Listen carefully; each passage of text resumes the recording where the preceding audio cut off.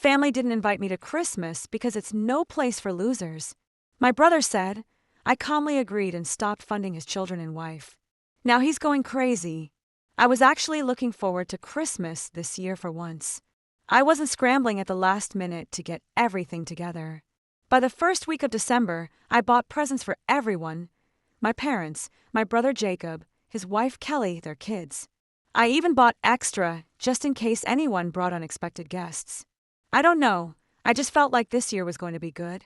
So I was completely blindsided when, as I stood on my parents' front porch with a bag of wrapped presents in each hand, my mom opened the door and said, "We don't want you here this year."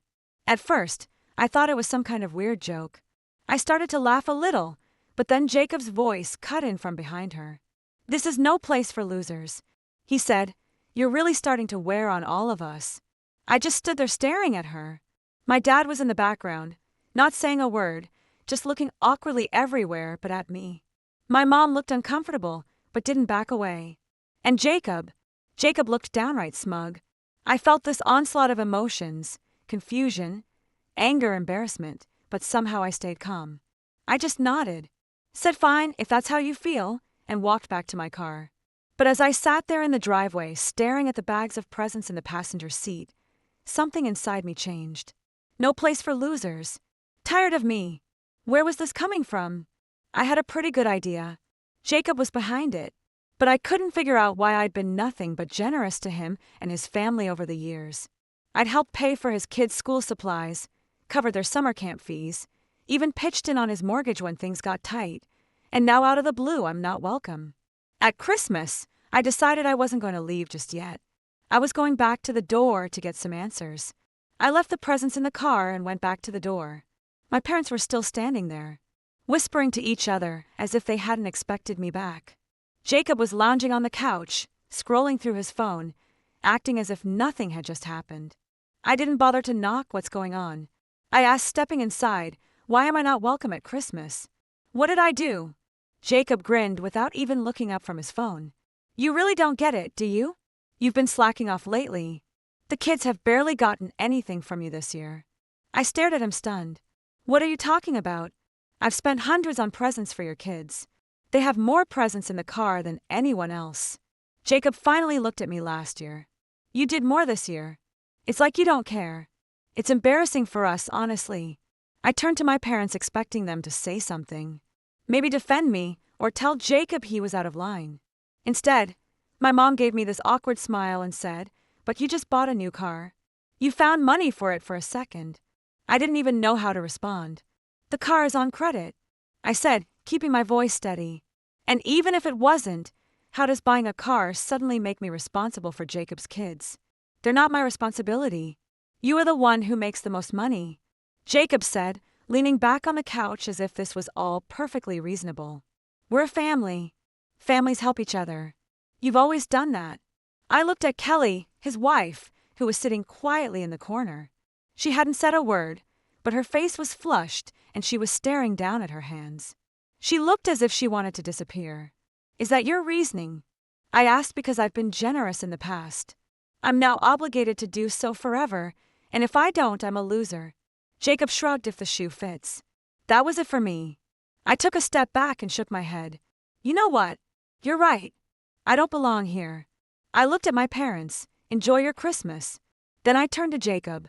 "And good luck with those presents, because this loser is done financing your life." I walked out without waiting for an answer. I drove home in silence, gripping the wheel harder than I needed to. I couldn't wrap my head around it. Was I really the bad guy here? I'd gone above and beyond for my family for years, always stepping up when things got tough for Jacob, making sure his kids never felt the pinch of his financial struggles. And now, not only was I not welcome at Christmas, I was a loser for not doing enough. When I got home, I sat in the driveway for a while staring at nothing. The bag of presents was still in the car, and the sight of them made me sick to my stomach. I'd spent weeks picking out just the right things, thinking about what the kids would love, what my parents would appreciate, and for what to be told I didn't belong. The more I thought about it, the clearer it became. This wasn't just about Christmas or presents. This had been building for years, and I'd been too blind or maybe too willing to see it.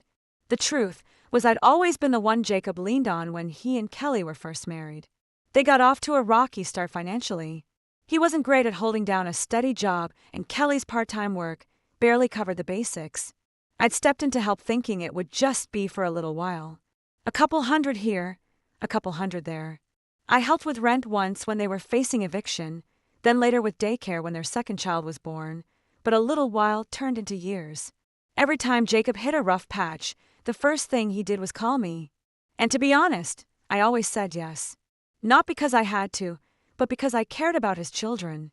I didn't want them to go without, and I didn't want to see my brother and his family struggle. Looking back now, I realize that I created this dynamic. I made it too easy for Jacob to rely on me, and somewhere along the way, it stopped being gratitude and turned into entitlement, and tonight being shut out of my own family's Christmas because I didn't do enough. That was the breaking point. The next morning I woke up with a clearer head and made a decision. I was done. No more bailing Jacob out, no more endless gifts to make up for his lack of effort. If he wanted his kids to have the things I'd provided, he could figure it out for himself. It wasn't an easy decision. Cutting off my brother didn't just mean cutting off financial support. It meant risking my relationship with him, with his children, and maybe even with my parents. But I couldn't go on being treated like an ATM instead of a brother and a son. I didn't reach out to anyone, and they didn't reach out to me. I thought maybe they got the message, but I should have known Jacob wouldn't let it go that easily. The silence stretched through New Year's Eve. No phone calls, no texts, nothing. I didn't hear from my parents, Jacob, or even Kelly for the first time in years. I spent the holidays completely alone. It wasn't that I expected them to reach out, but it was a different feeling when midnight came and went and my phone remained silent. I won't lie. Part of me thought about calling, but every time I picked up the phone, I remembered Jacob's smirk, his words, "No place for losers." I'd been the one holding things together for years, and they had the audacity to treat me like I was disposable. No, if they wanted distance, I'd give it to them. By mid-January, I began to feel a change. Kelly had always been quiet, the kind of person who avoided conflict, but one night I got a text from her out of the blue. It was short and to the point. I just wanted to say I'm sorry. I don't agree with what happened. Jacob won't hear from me, but I thought you should know. I sat staring at my phone for a long time, not sure how to respond. On the one hand, it felt good to know that someone in the family saw things for what they were. On the other hand, Kelly had been silent that night, and her apology now felt like too little, too late.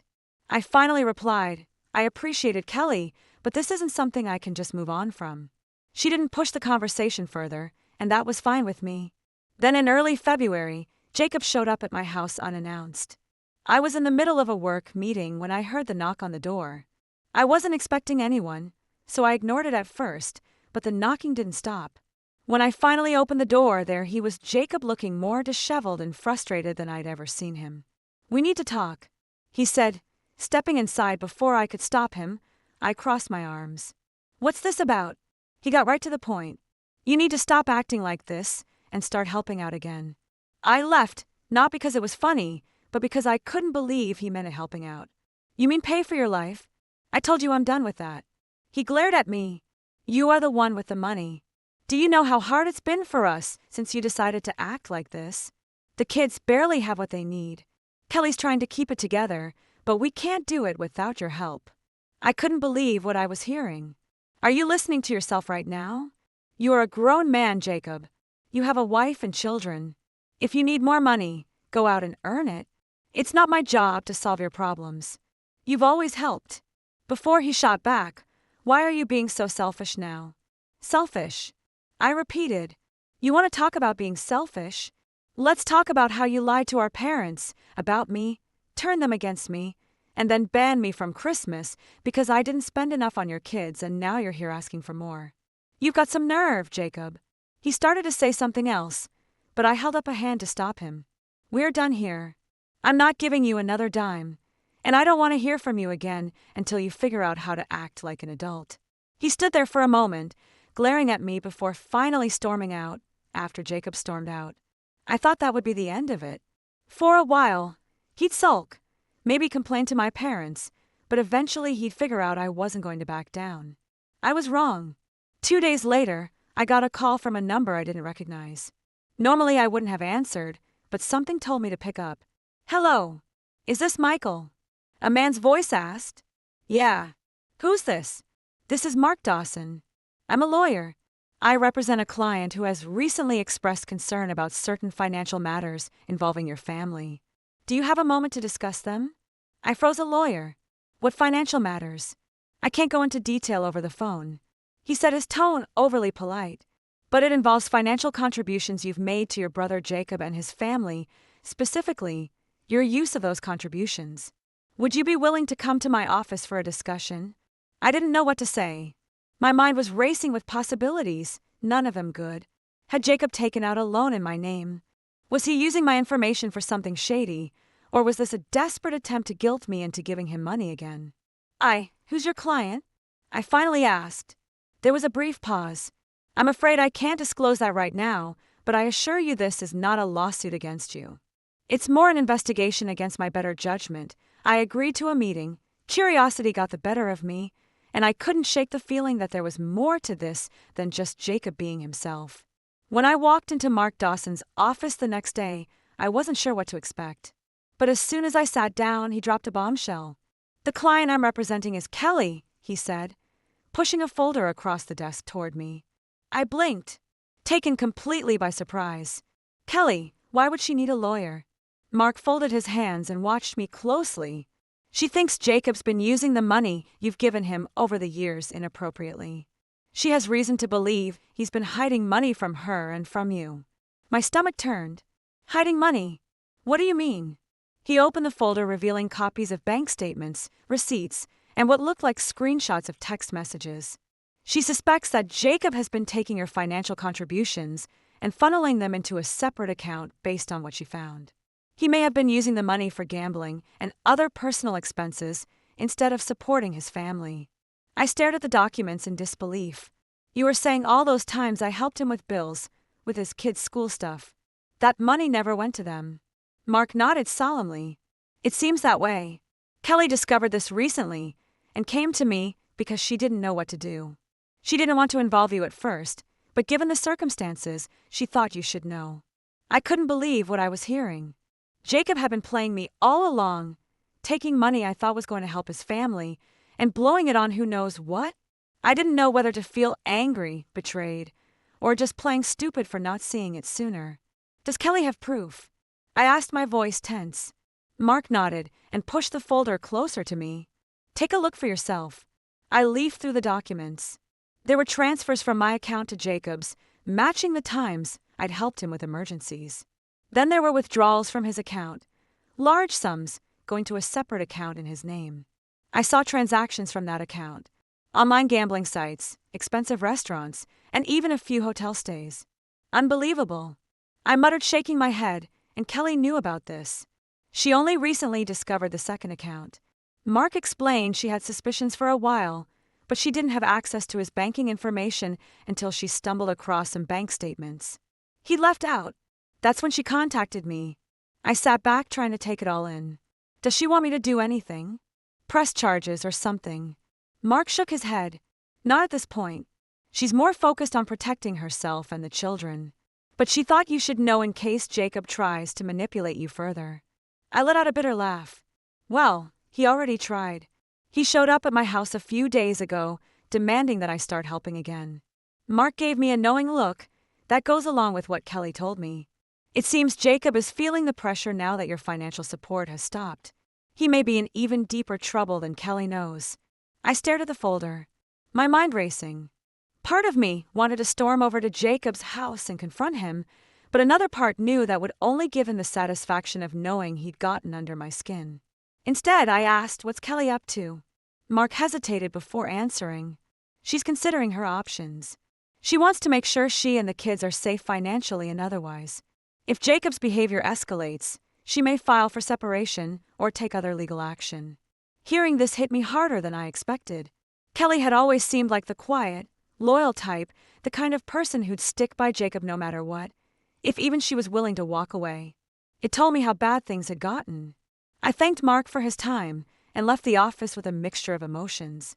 Anger at Jacob, sadness for Kelly and the kids, and guilt for not realizing sooner how deep this had gone. But most of all, I felt a strange sense of relief for the first time in years. I wasn't carrying Jacob's weight. And now that I knew the truth, there was no way I was going to let him manipulate me again after I left the lawyer's office. I couldn't stop thinking about everything I just learned. The gambling, the hidden money, Kelly quietly planning her next move. It was like a soap opera, except it was my family, and I was right in the middle of it. Over the next few days, I kept my distance. I didn't call my parents, and I certainly didn't reach out to Jacob, but it seemed the silence didn't sit well with him because one night, just as I was about to sit down for dinner, my phone lit up with his name. I considered letting it go to voicemail, but something told me to pick it up. "What do you want, Jacob?" He didn't waste any time. "We need to talk." His voice was strained, almost desperate. "You said something to Kelly, didn't you?" I raised an eyebrow. "What are you talking about?" "Don't play dumb." He snapped. "She's been acting weird since Christmas, and now she's bringing up lawyers and separation.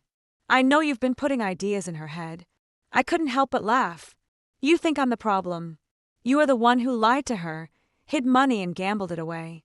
If she's tired of your crap, that's on you, not me." There was a moment of silence before Jacob finally said, "You don't know what you're talking about." "Oh, I think I do," I said, my anger bubbling to the surface. "Kelly told me everything. The secret account, the gambling, the money you've been wasting while I've been breaking my back. Trying to help you." "You are a joke, Jacob." He started to shout, but I didn't let him finish. "Here's the thing," I said, cutting him off. "You have used me for the last time. I'm done helping you. I'm done covering for you. If Kelly leaves you, that's on you. And if you try to drag me into this mess again, I'll make sure everyone knows exactly what you've been up to." I hung up before he could answer. My hands were shaking, but it felt good to finally say what I'd been holding in for years. The fallout didn't last long. The next day, Kelly called me. "Did Jacob call you?" She asked, her voice careful. "Yes." I said. "He wasn't happy." "Did something happen?" She hesitated before saying. "I confronted him about the gambling and the hidden account. He admitted some of it, but he's still trying to make it sound like it's no big deal." "Are you okay?" I asked. "I'm fine." She said, though she didn't sound it, "but I'm tired of making excuses for him. The kids deserve better." Hearing her say that hit me harder than I expected. I knew things were bad between them, but this felt like the beginning of the end. "Whatever you decide to do, you have my support." I said, "Thank you." She replied quietly, "And I am sorry for everything. You didn't deserve the way we treated you at Christmas. I should have said something sooner." We talked for a while, and when we hung up, I felt a strange sense of closure. Jacob had burned every bridge with me, but Kelly and the kids, they weren't my enemies. And if she was brave enough to stand up to him, I wouldn't hold a grudge. Still, I couldn't shake the feeling that Jacob wasn't done making trouble. A few weeks later, I received a text message from Kelly. It was short, just 3 words: "We're leaving today." I called her immediately, and she explained that she and the kids were moving to another state while Jacob was out of town. And a business trip, which I assumed was just another excuse for gambling. She packed up their things, hired a moving van, and left. She didn't want him to know where they were going, at least not until she had everything sorted out legally. I just couldn't stay any longer. She said quietly, "I can't keep pretending this is normal. What about the rent and everything?" I asked, genuinely curious as to how she was doing it. There was a pause before she admitted, "I was hoping you could help me with that, just for a little while." I hate to ask, but say no more. I interrupted. "I'll cover it." So, yeah, I ended up helping her and the kids, but for the first time in years, it didn't feel like I was being used. It felt like I was finally doing the right thing. Jacob, as expected, went completely crazy when he got back and found the house empty. He called me ranting and raving about how I'd turned Kelly against him and ruined his life. I let him vent for a while before saying, "Maybe if you spent less time gambling and more time being a husband and father, this wouldn't have happened. But hey, good luck with that." Then I hung up. Kelly is doing well now. She's found a steady job. The kids are settling into their new school, and she's finally starting to feel like she's back in control of her life. As for Jacob, I hear he's still blaming everyone but himself, but honestly, it's not my problem anymore. So there's your happy ending, if you can call it that.